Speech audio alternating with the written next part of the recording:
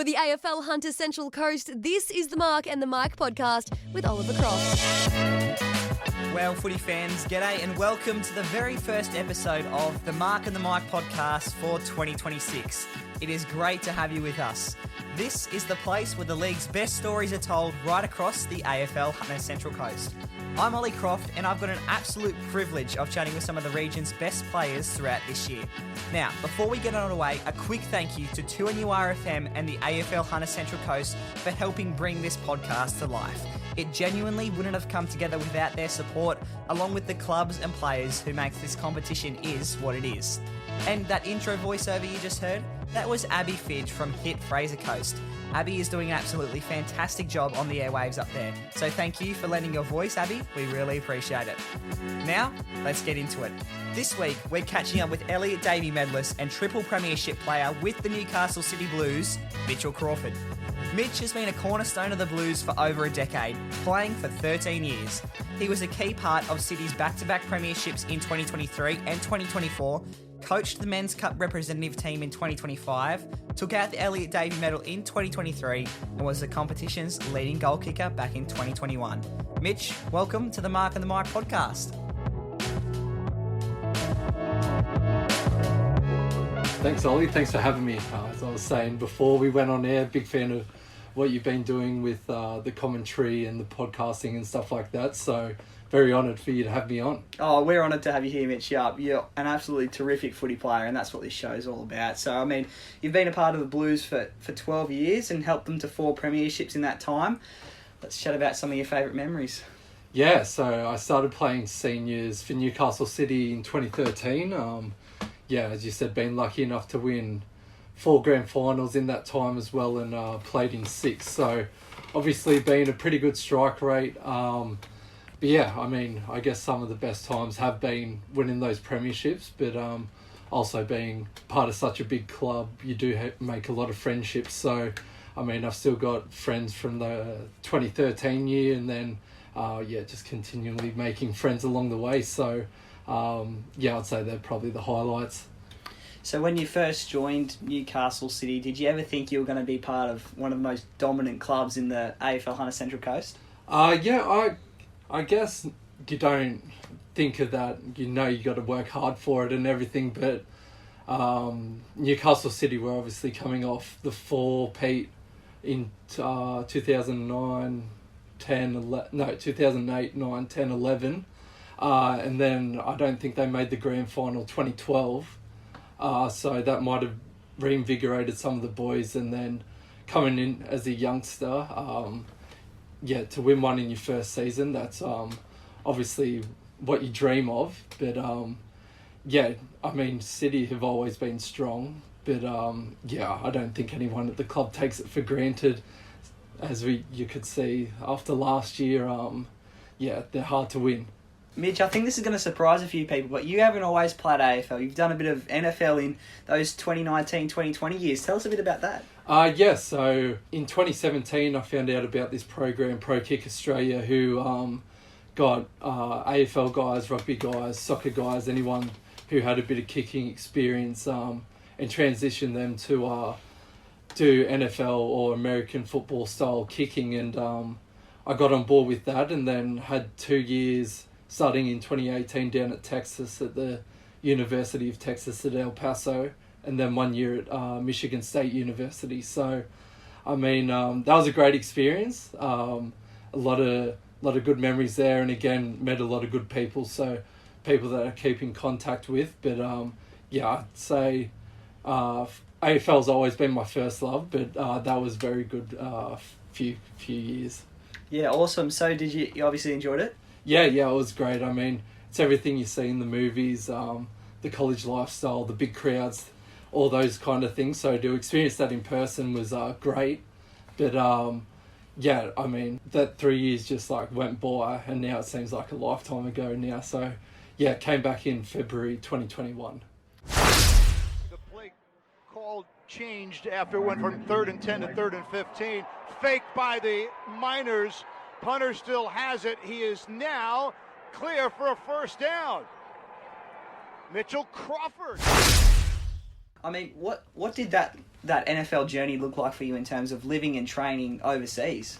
So I mean, that college level is essentially a professional level. So in season, your day would be getting to the football facility at 5:30, 6 a.m. You have your breakfast, your treatment for the day, any physio, things like that you needed. You'd have meetings till about 8:30, 9. Go out to practice from 9:30 till 11:30, and then you'd be in the gym till about 12:30. Have some lunch, and then you had class all afternoon. And then if you had to be in like study hall or something like that, you would finish up about 7 o'clock, 8 o'clock at night, and that was Monday to Thursday. Friday would be travel day, so for away games, both the schools I was at, we were lucky enough to have a chartered jet, so you'd go on that, stay in great hotels, and then on Saturday you'd play in front of anywhere between 30 and 100,000 people. Yeah, wow. And then back to school Monday. So yeah, it was quite interesting seeing the contrast of obviously being on national televised games, playing in front of all those people, but then also just being a regular student as well, like Monday to Thursday. So yeah, that's awesome. Yeah, it was a good experience. Oh, absolutely. I follow a lot of sports around. Like I don't know much about NFL. So can you sort of explain? I believe you played. Is it punter for them? Like how does that game work, sort of thing? Yeah. So I was a punter. So essentially, I guess the best way to explain it is you have 4 tackles like NRL, but it's more stop-start, and usually on the last tackle, they bring the punter on to kick it away. So in NRL, how it's more free-flowing, there's a special, like a design play that if they haven't made the yardage that they need, the punter will come out and kick it and try and get as much distance to start the team back. So it was a bit different from AFL, obviously free-flowing, you're on the ground more, but anywhere, like if your team's going well, you might not kick for 30 minutes to an hour real time. And then if you're playing in the snow or something like that, you've got to stay warm on the sideline, stay engaged in the game. And then, you've got to go out and kick your best kick when you haven't done anything for anywhere between 5 minutes to an hour. So, it was quite different mindset-wise. When AFL is like, if you mess up, you can go to the next contest, try and fix it up, and the play continues. Yeah. But if you mess up there, it obviously stands out a lot more. And so that was a good challenge, getting my head around that. Do you have a team over there? You still supporting? Yes. So still follow both my college teams, UTEP and Michigan State. But in the NFL, I'm actually a Denver Broncos fan. So very happy with how they're going at the moment. If they win on the weekend, they will be in the Super Bowl, but their starting quarterback just got injured, so okay. It'll be a bit of an upset, I think, if they do get through. Yeah, okay, sounds good. It's good that you can still support over there. So, Mitch, like, I'm looking at you now, you've obviously seen a lot of life and everything, but I want to take you back to when you were a whippersnapper, and was your dream AFL, NFL professional, or a farmer or something like that? What was your dream job? AFL player was always my dream. I think ever since I was young, kind of like in primary school when they're like, what do you want to be when you grow up?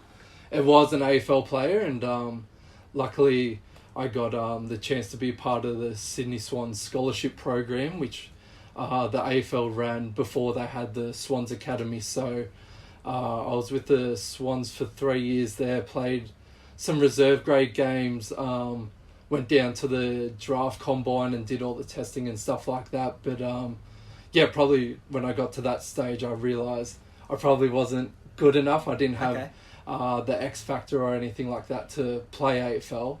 But that was always the dream. But looking back on it now, I can say I gave it my best, and don't have any regrets. Not like one of those people that you might have got injured or were cheated out of a chance or anything like that. I had the best opportunities, but it just wasn't quite good enough. Yeah, and when you go to that draft combine, you're obviously good enough to go there first, but then if you don't make it, you're good enough to go to a draft combine. So you're pretty much at the top of the chain here in local footy, and I mean, that just shows the way you play everything. So, I mean, congratulations. Obviously, didn't get to the AFL where you wanted it to, but, what are you doing now? So I just finished my law degree in November, so just going through the process of being admitted with that. So hopefully be fully admitted and a practicing lawyer in March 2026. But that's been keeping me busy. I've been working as a paralegal for the last 3 years while studying. So at a really good firm, Reed Law, they've jumped on board. They're a sponsor of Newcastle City Footy Club, since I've been working there. So really good firm that's connected to the community. Yeah, awesome. So now we're going to get to what you actually do, and that's play with the Newcastle City Blues. I mean, 13 clubs, every weekend people are pulling on the Saints jumper, the Cardiff jumper, the Nelson Bay jumper. You're pulling on the navy blue and the white C on the front of it. What an honour it must be. Yeah, I mean, even now, as we're saying, been playing for 12 years or playing seniors for City for 12 years, and I still get nervous and excited on a Saturday morning because I still care about it and it's what I love to do. So, I guess, you kind of get a feeling of the importance of the club to a lot of people. And, I mean, it's been around, I think, just over 140 years now. So, you always have a role to play, but it's always an honour. And, I mean, I feel like there's nothing better than rolling into number one on a Saturday afternoon, Saturday evening, and getting to play there. Let's get around to grand finals. So 16 grand final appearances for Newcastle City, 10 of them Black Diamond Cups, and you yourself have played in how many? 6. 6, okay. 4 you've won, 2 you've lost. Yes. So you look closely at the Premiers list. Newcastle City appeared in 6 grand finals in a row between 2006 2011, and plenty more after that, dotted out throughout the years. When you look back on that history, do you go, I wish I had been there? Or do you go, let's keep it going, let's keep adding our name there? Or is it something different? I think it's not so much pressure or anything like that to keep it going. I don't think anyone that's currently playing is like, I wish I played in an earlier time or anything like that, but you respect what the players have done before you, especially on the men's side. You just kind of want to keep that going, but you kind of realise how hard it is to do that. But I mean, obviously on the flip side as well, our women's program has been very strong, making grand finals as well. So I think they've played all but 1 or 2, they went down in a nail biter last year as well. So that could have easily been another premiership for the women's program. But I think you do respect the history. We are lucky we do have a pretty strong past players community, so they're always down telling stories, and it's good, I think, having that connection between the past and the present playing groups. So I'd say it's more just wanting to keep that consistency and that legacy going, rather than being like, I wish I played in this era or this era. Yeah, I feel like it's one of those things you sort of need to see to be believed. So in the summer, I've done a bit of commentary for the City of Summer Cricket Bash competition. Our camera and the headsets all set up in your room upstairs, and we watched from the veranda, and I've gone, Newcastle City have won 16, or been in 16 grand finals, won 10 of them, and you go in there and it's there it's there. There's proof. You guys, there's 10 of your cups lined up and all your women's cups and medals. So it's just amazing. It's a great feat to have achieved, and I mean, every time I go there, it's something I looking at. But let's go in depth to the grand finals you've been a part of in the AFL Hunter Central Coast. Any NFL grand finals at all? No. No NFL grand finals, okay. So the first of many, the 2016 grand final, was it? 2013, yes. 2013, okay. Talk us through that one. So 2013, I was splitting my time between Newcastle City and the Swans Reserves. So split my time between those two teams, and 2013 we were lucky enough to make the grand final against Terrigal. I think that might have been Maurice Goolagong's last Premier Division game.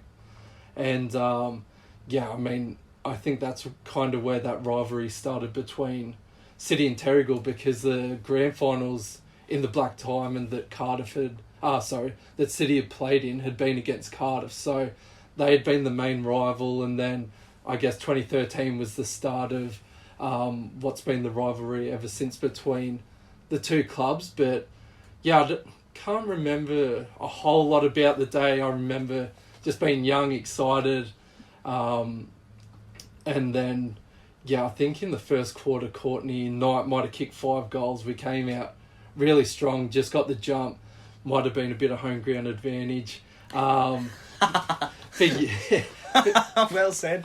But we just got off to a great start. Everything we tried to do was working, and then it was back and forth for the rest of the game. But essentially, I think the difference was that first quarter. So it was nice knowing with probably about 10 minutes to go that we were going to win, so you could kind of absorb it, especially in your first grand final. And then plenty of celebrations after. But I think that was nice winning one in my first senior year at City. Oh, absolutely. It would have been great. So the first of many came, and then you obviously lost a few in from 2013 to then 2023, the grand final against, we'll look at a bit of a modern day look now, the 2023 grand final against the Terrigal Avoca Panthers.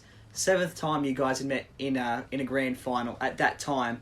And you guys were always just there with the Panthers. They're one of your biggest rivals. So the last meeting was 2020, and they did away with you 76-50. So they got away with it by 26. They'd lost to Killarney Vale the year before. I'll let you take the story up from there. We had a good squad. Like at the start of the season, we thought we had a good squad, but it was kind of a young squad as well. So you don't really know how guys are going to be able to last a season. Especially when it gets to those big games. But I mean, that was a great season, but I don't think we stood out. We were kind of building as the season went along. I think we finished 3rd that year, because that was the year they had the top 5. So Terrigal finished minor premiers, I believe, so they had the week off. We played Cardiff in our first final, and we were able to beat them, played Terrigal to get into the grand final, and they came out hot in that qualifying final. I think the score was 26-0 in the first 10 minutes of the first quarter, but it was and then we worked our way into the game, and lucky to get over the top. I think it was by about 9 points or something like that, and then had the week off, and then had Terrigal again as an opponent. So we always know that they're going to be well drilled, especially when Chris Bishop's the coach. So we knew we were going to have to play our best. And I remember that day being super hot. I think it was over 30 degrees. It was, yeah. And it was just a tough game. Both teams were playing really well. And I think we got a bit of a break on second half of the third quarter. And I think that's kind of what ended up being the difference, because I think we kicked the first goal in the last, and then they pretty much had all the play in the last quarter, and I think it got down to about 9 points, which we ended up winning by. But again, that was just a super tough game. But I think that they're much more enjoyable when you know it's hard earned. Yeah, absolutely. So first premiership since 2018. Done, 9 points, so close game, but I mean, well fought by you boys. You've just touched on it, and it's a massive can of worms. It's the biggest grand final rivalry ever, so some argue it's bigger than Terrigal and City, Killarney Vale and Terrigal, it's Maitland and Singleton. It's the Newcastle City Blues taking on the Cardiff Hawks, and whoever home ground it's at, the turnout is just, they're packed to the rafters. And then in the 2024 grand final, I mean, modern day football, you can't have the cars on the hill at number 1 anymore, but the turnout that day was just absolutely amazing. So first of all, can you tell us about the rivalry between you two guys? It stems essentially from those years that Cardiff and City played in the grand finals in the early 2000s. And then, it's just kind of grown from there. But I had heard about it, but we didn't really have that, because ever since I'd been playing, probably Terrigal had been the main rival for the premierships. So to get the chance to play Cardiff in a grand final, I mean, that's what I'd always thought of what was going to happen playing senior footy. Again, they were really good for probably the 2 years prior, and then this was the year that they really stepped up. And I think it was reminded me similar of 2013. We kind of got the jump in that first quarter, and it kind of leveled out for the rest of the game. But I think it was probably in the end it was that first quarter that made the difference. And but as you said, it's always a great turnout. That was a big. You could just feel the energy in the crowd, which you don't always get at senior footy, but especially that on grand final day, that was a great experience, obviously being on the winning side as well, but I mean, couldn't ask for anything more than the result that we got that day. And Mitch, this was a big moment in the grand final, so the photo of it even made the front of I think it was the Newcastle Herald at the time. But you guys were up 33-16, half-time, siren goes, plays on the wing closest to the grandstand, the shadows are long, it's that 3 o'clock game, a massive scuffle just breaks out right in front of the Blues bench basically, and I think you know where I'm going with this, but there were just players pouring in from everywhere, and the umpires were pouring in from everywhere, the crowd nearly came over the top of the commentator's voice, and then one of the Cardiff players got a red card from the emergency umpire. Now, I want to ask you where you were in all of this, but I don't have to ask because this is what the commentators had to say. Oh, something's happened. I didn't see that, mate. I'm sorry, but two blokes have gone to blows. But it looks and like Rachel's seen it, and there's a red card. Who's it going to, Lanyon? A red card. I'm not sure what's going on. We just have to wait and see. This is degenerated. Mitch Crawford is in the thick of it. So, Mitch, I don't even have to ask where you were because you're front and centre, and it was degenerated, but you weren't the receiver of the red card. So, I mean, you got off unscathed. Can talk to us about that? So I didn't actually see. I think the Cardiff play that threw the punch. I didn't actually see the punch until saw it in the Herald the next day, but I was outside of the wing, and all of a sudden I see a congregation of players on the wing. I was like, may as well go see what's going on. So I was on the periphery and then ended up wrestling with someone and may have had them in a headlock, and then I was getting dragged off and then wasn't letting the headlock go. So that's kind of what the camera saw as the siren went. So I think that's why Chop and Borgie thought that I may have been actually in the incident, but I was in an incident, but more on the periphery. So, then I think it was Bailey Cullen for us, and he did say he did cop a punch. So, I mean, I guess by the letter of the law, that is the right call for a red card, but it is obviously, if you're thinking about it from the Cardiff's perspective, it's tough playing a man down due to the red card, but I mean, I guess the rule is the rule, but I would like to say that I was not a part of the initial incident, but I was a part of an incident. Yeah, as you said, Chop and Borgie, everyone was a bit confused because when you're watching play down there, the only person that's watching behind the play is the umpires. Yes. So, I mean, they were onto it straight away. It was a good umpiring panel that day. But, I mean, it's a good bit of audio, so... Yeah. I mean, might not have made the Instagram that night, but... Yeah, I mean, I wish I actually kind of did something now, so the audio matched the actions, but... I think, again, Cardiff City rivalry, grand final day, besides the actual punches that were thrown, I don't think there was anything else untoward except a bit of wrestling and stuff like that. Guys sticking up for their teammates, so, I'm sure anyone in that situation would probably do the same thing. Oh, yeah, absolutely. And, I mean, I'm sure the league is glad you probably didn't do anything more than what you did. It was an extremely hotly contested game. Cardiff half-time went to the sheds, a chorus of boos, and I think, having that man down and you guys just even having that tiny little upper hand that you did, because really the margin wasn't that big, you came home 44 points later, premiers, and back-to-back premiers at that. How different did all that feel to your last grand final, I suppose? Yeah, I mean, even probably though the scoreline didn't reflect it, you kind of don't want to let a grand final slip. So I don't think anyone really let up to really absorb it probably as early as we could have, in a sense. But I mean, yeah, I think Cardiff got probably the raw end of the deal of that, because it was half-time going into the sheds. And I think it was all the City fans that were up in the grandstand. It was, and yes. The Cardiff fans were on the hill. So I don't think they had much support after that. But, I mean, again, it can be a bit of a slippery slope in grand finals. I think we experienced it this year a bit. When it starts to go against you, it can snowball pretty quickly. So, I mean, I don't think the score reflected how close the game was.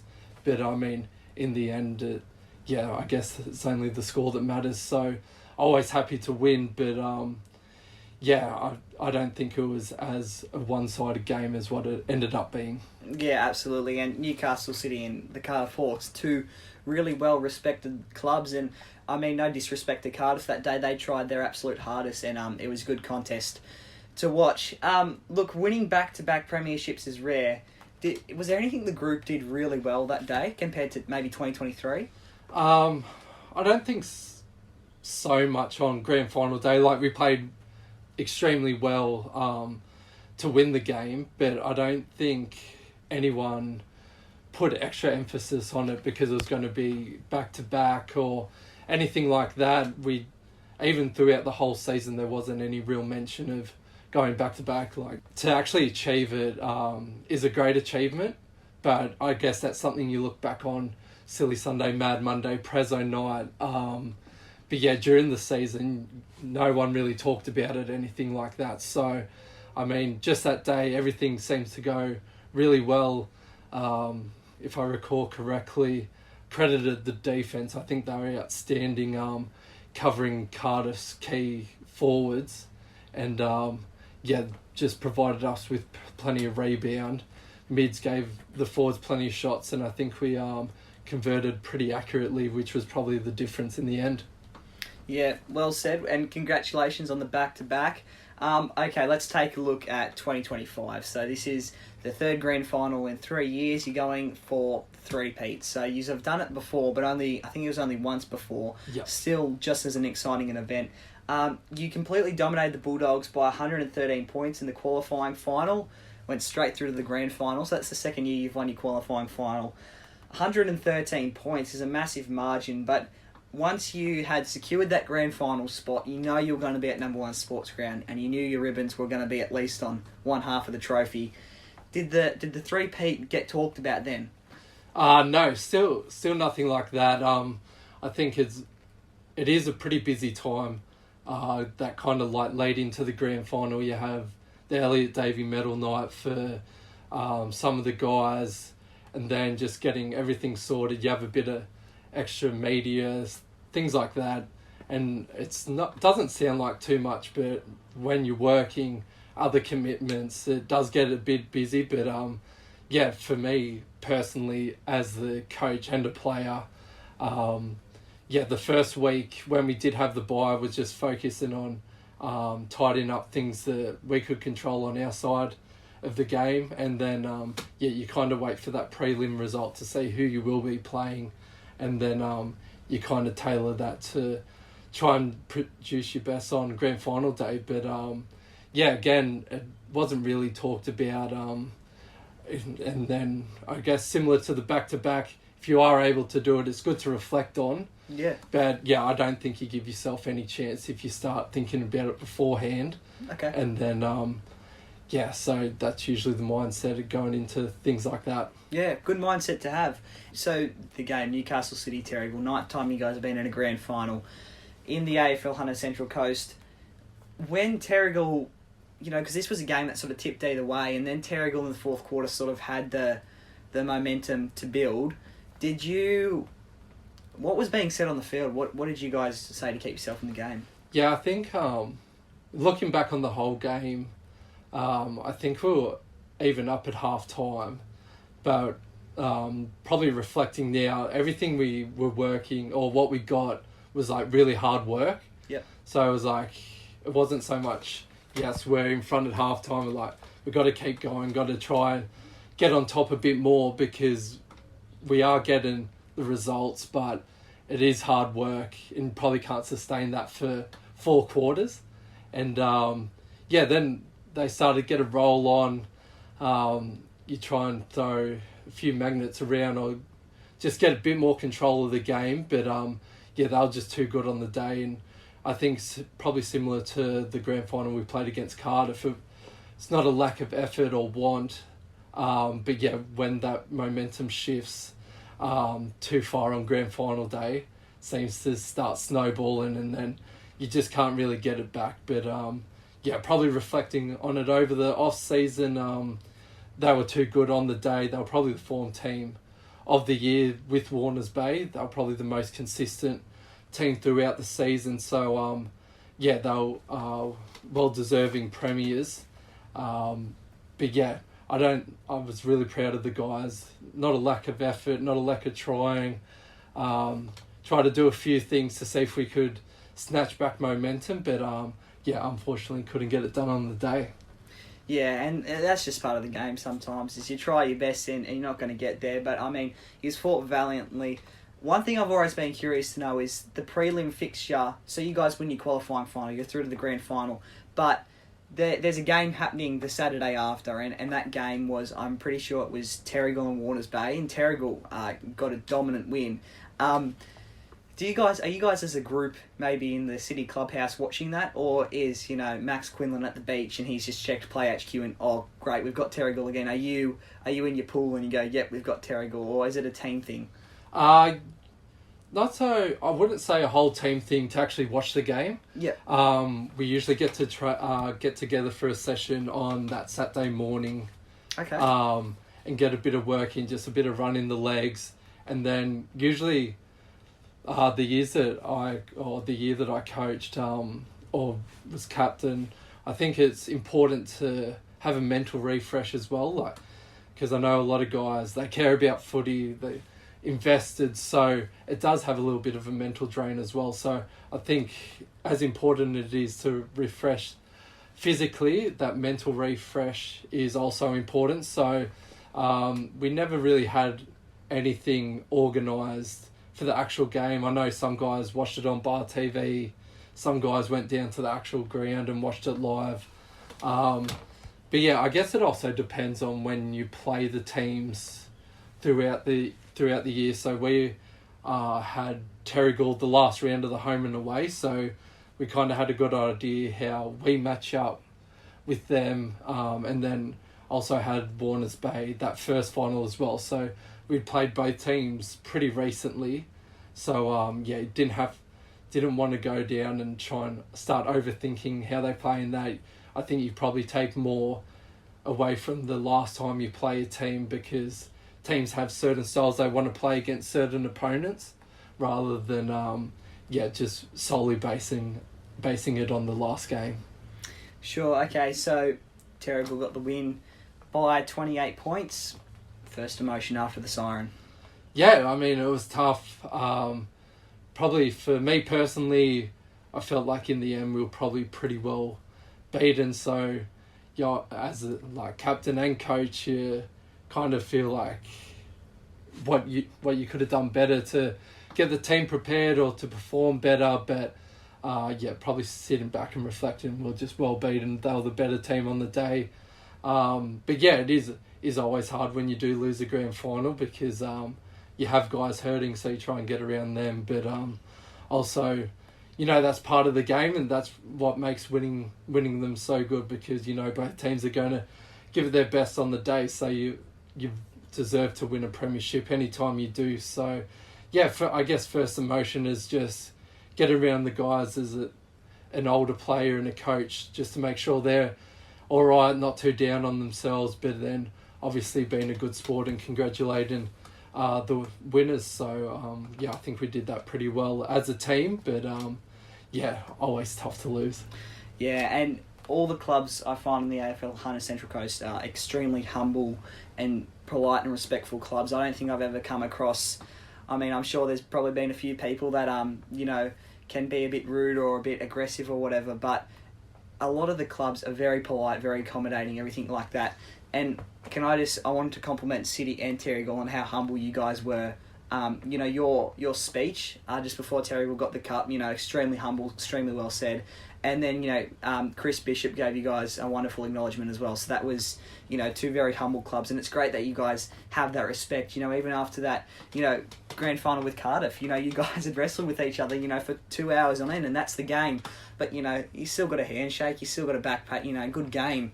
And, you look forward to that next battle next season. Look, Mitch, you've won all these grand finals. I'm not going to end on the one that you've just lost. So I've got a couple of short answer questions. You might have to think about them, but the answers will be pretty short. But After all you've been through with the NFL, AFL, what was the toughest season mentally and not physically? Mentally, I'd probably say, maybe my year at Michigan State, because that was when we're coming out of COVID lockdown. It was like 3 months before the season started. We didn't know if the season was going to start. We're still in like COVID lockdown precautions, so you had to get into the facility 5 a.m. every day to have a COVID test to make sure you weren't positive before you went in, did training, things like that. So I'd say that would probably be the most difficult. Not because it wasn't enjoyable, but probably just the amount of uncertainty. Okay. A lesson you've learned the hard way? Hard way. I think probably from my younger days is you always got to work hard and continue to work hard, because as soon as you think you've done the hard work, it starts to slip away slowly. So just always being willing to work hard, and also being willing to be coached or taught, and that constant progression. What part of local AFL do you think the footy fans still underestimate? I think probably the commitment, whether that's from players, coaches, volunteers, the committees. There is a lot of time that goes into it, and then especially with the flexibility with grounds and how willing councils are to close them. Umpires as well. I just mean the whole league. And I don't think it's just for our league as well. All local leagues are built on volunteers especially. So I think it's just the commitment behind the scenes from all participants probably goes unnoticed a fair bit. Okay, interesting. If you had to sum up your journey with the Blues in one moment, what would it be? One moment, I think it would probably be either that 2023 or 2024 grand final win, because I think there's only been 1 year that we won, that I was a part of, which was 2016, where we finished minor premiers. Yeah. So I think probably either one of those 2 years, because I think it really just captured that we haven't been the best team all through the year, but we've been able to peak at the right time and deliver on grand final day for the most part. And Mitch, how do you want to be remembered when you finally call time? I actually haven't thought about it. I guess probably just someone that was a competitor, good to their teammates, and just respected from the other teams, because I think that's what everyone would like, to be respected by their peers. So if I can be remembered as something like that, yeah, that's probably be fine with me. Well, Mitch, I think you're already meeting that brief. You're a true veteran of our league. Thank you so much for coming on the Mark and the Mike podcast today. No worries, Ollie. Thanks for having me.